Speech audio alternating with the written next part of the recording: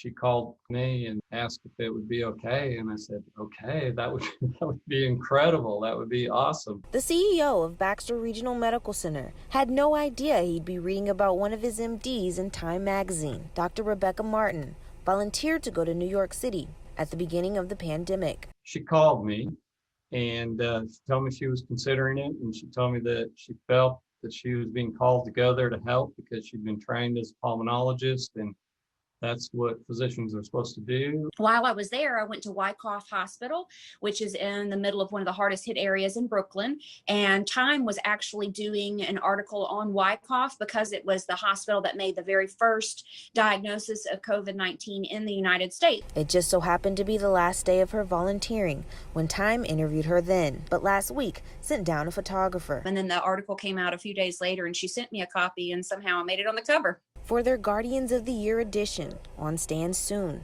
In this video, there's a snippet of Martin.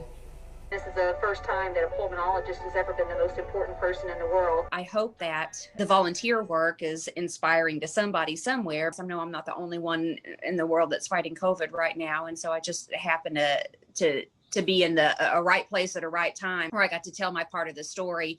But that story goes on in every city and every state, all across the U.S. Jade Jackson, THV 11 News.